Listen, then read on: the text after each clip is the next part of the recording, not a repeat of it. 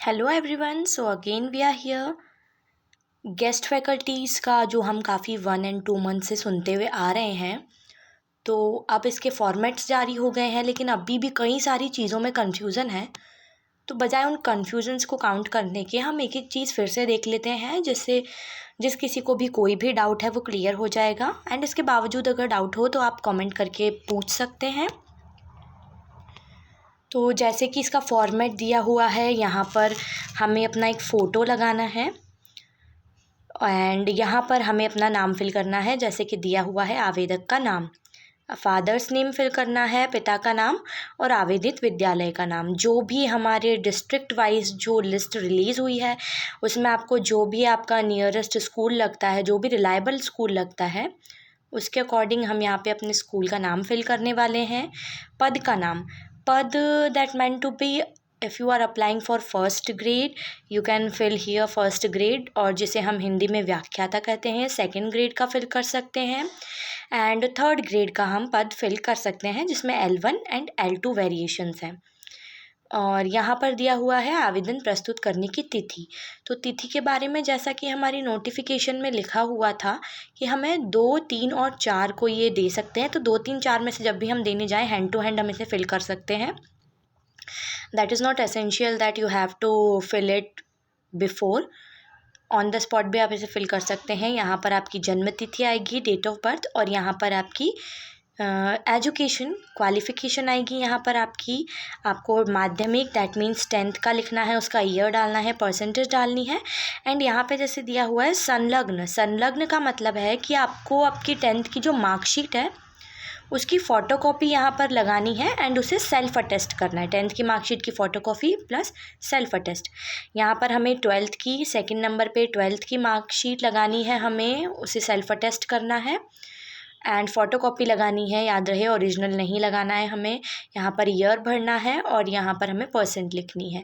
हमारी बीए की परसेंटेज लिखनी है, फाइनल ईयर की मार्कशीट लगानी है, ईयर लिखना है, और अधिस्नातक दैट मीन्स एमए, जिसमें भी हमारा मास्टर्स है, एमए, एमएससी, एमकॉम, यहाँ पर हमें ईयर लिखना है, परसेंटेज लगानी है और उसकी फ़ाइनल की मार्कशीट लगानी है।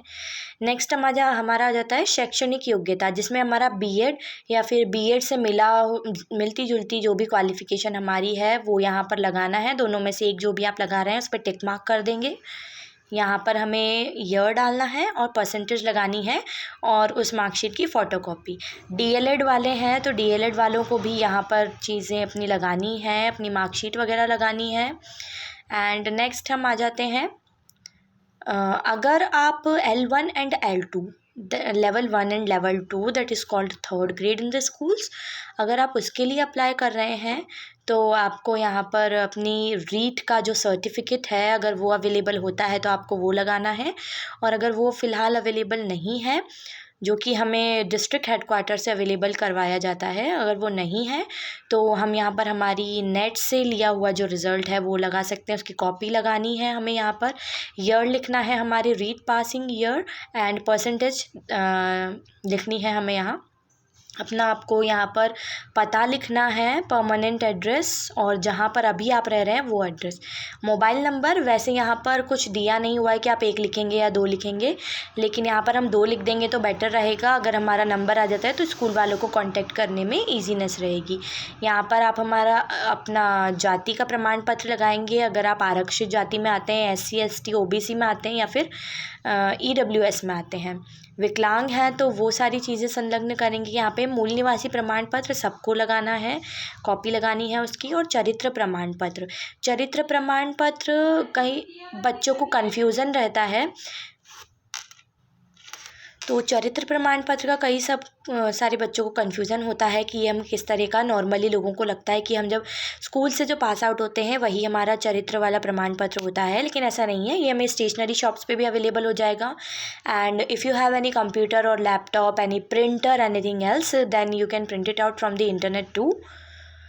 तो यहाँ पर हमें 2 प्रमाण पत्र लगाने हैं, एक फॉर्म के साथ 2 लगाने होंगे, बिकॉज़ यहाँ पर 2 राजपत्रित अधिकारियों के सिग्नेचर एंड सील मांगे गए हैं। तो एक पर एक का होगा एंड दूसरे पर दूसरे का होगा, तो एक फॉर्म के साथ हमें 2 चीज़ें लगानी है। साथ में हमें ये शपथ पत्र लगा कर देना है, इसे हमें फिल नहीं करना है। ये हम केवल अटैच करके देंगे और ये हमसे तब फिल करवाया जाएगा जब हमारा सिलेक्शन हो जाता है, तब हमें ये फिल करवाया जाएगा शपथ पत्र।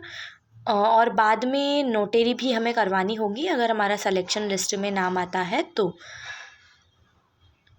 एंड एक कॉमन कन्फ्यूज़न और सुनने में आया है, सो उसके बारे में भी बता देते हैं कि अगर आप एक स्कूल में 2 पद के लिए अप्लाई करना चाहते हैं, अगर आप फर्स्ट एंड सेकंड ग्रेड या सेकंड एंड थर्ड ग्रेड दोनों चीज़ों में सिंगल स्कूल में, सेम स्कूल में 2 पद के लिए अप्लाई करना चाहते हैं तो आप कर सकते हैं। बिल्कुल इसमें कोई दिक्कत नहीं है, बस आपको फॉर्म्स 2 देने होंगे, 2 फॉर्म भरने होंगे सेम स्कूल के लिए, अलग अलग 2 forms. So this is it, and comment below if you have any more problems or any confusions about this form। and अगर और भी किसी चीज़ से dates and selection से related आपके confusions हैं then please comment below। see you in the next video।